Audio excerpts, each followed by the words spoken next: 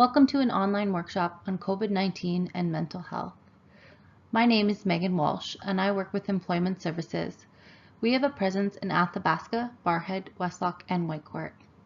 Statistics are showing that because of the COVID-19 pandemic, many people have reported increased levels of stress and challenges to their mental health.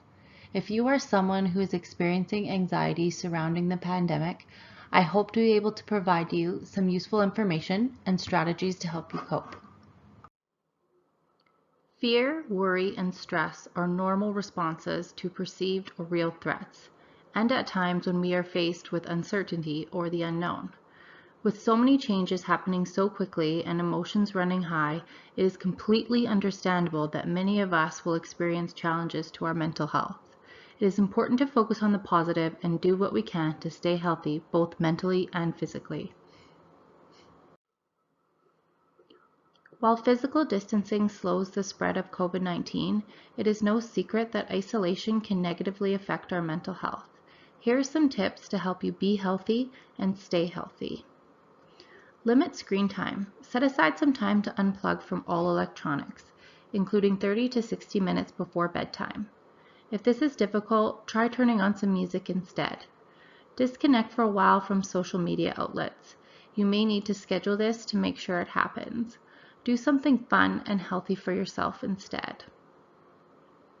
Find a balance. Stay tuned in, but know when to take a breather.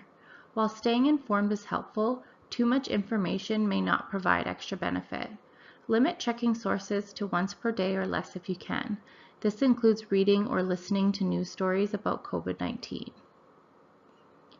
Stay informed by checking information provided by experts and credible sources. Deal with problems in a structured way. All the issues you might need to address during this pandemic situation may feel overwhelming. It can be useful to identify which are things which are actually problems that need to be solved or addressed, and which are just worries that are not necessarily grounded in reality. Focus on the positive and remember, you are resilient. Our stress and anxiety generally cause us to focus on negatives and trigger what-if questions. In stressful situations, people often overestimate how bad the situation can get, but underestimate how well they will be able to cope. People are resilient and have coping skills they use every day. Challenge worries and anxious thoughts. High levels of anxiety and stress are usually fueled by the way we think. Remember, not all of our thoughts are facts. Many are simply beliefs that we hold. I encourage you to challenge these negative thoughts. You can go to the CAMH website, which is the Canadian Centre for Addictions and Mental Health, to the link at the bottom right for an exercise to help you challenge these thoughts.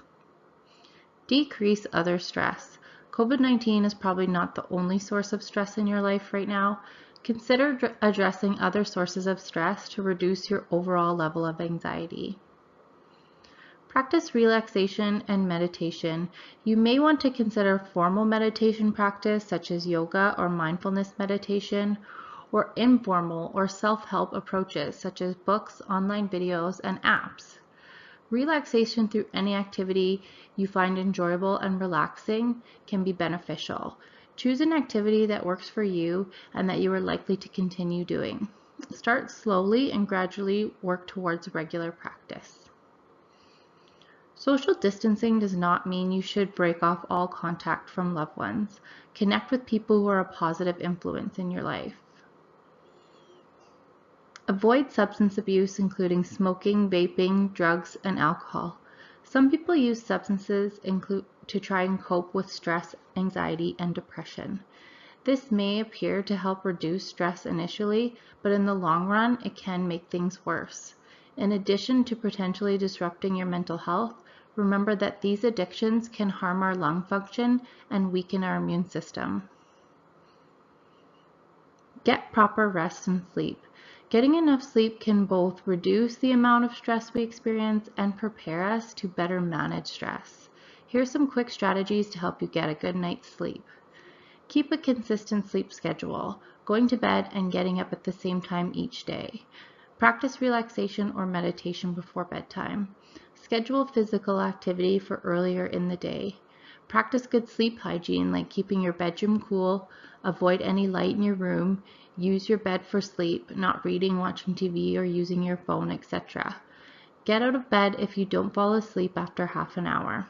If you drink caffeine or alcohol, avoid them late in the day.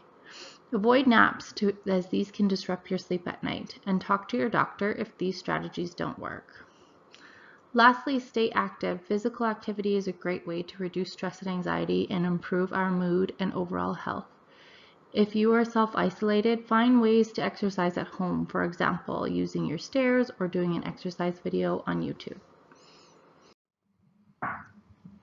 Sometimes even after trying to reduce our stress and anxiety, we still continue to struggle.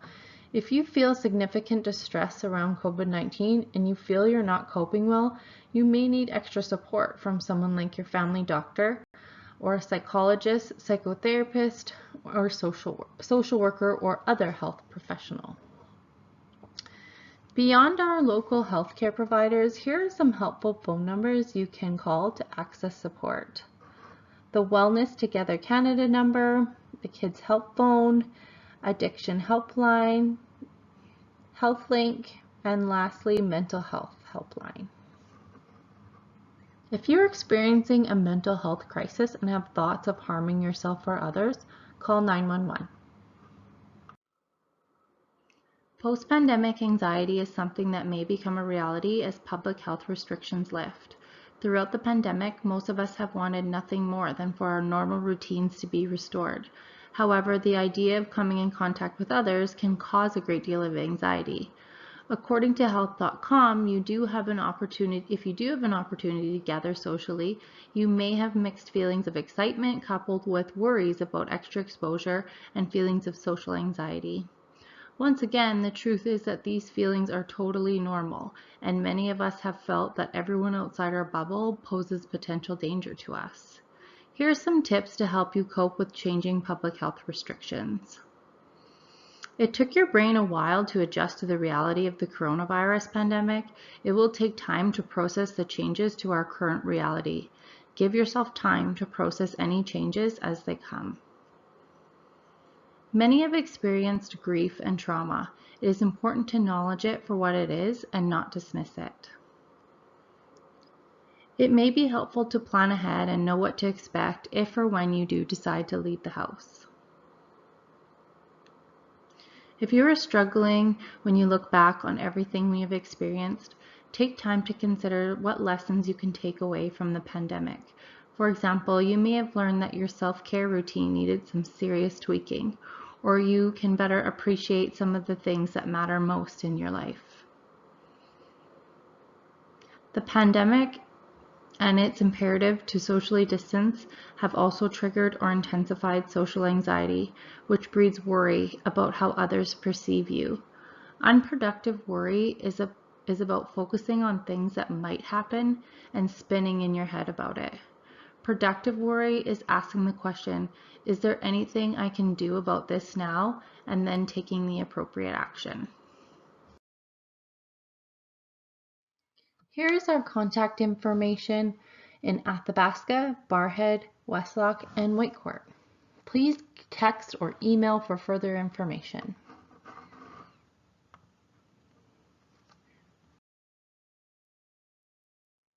Here's our online contact information through our website and our Facebook pages. Like and follow us on Facebook if you'd like to see more videos like this one. Thanks for tuning in, and we'll see you next time.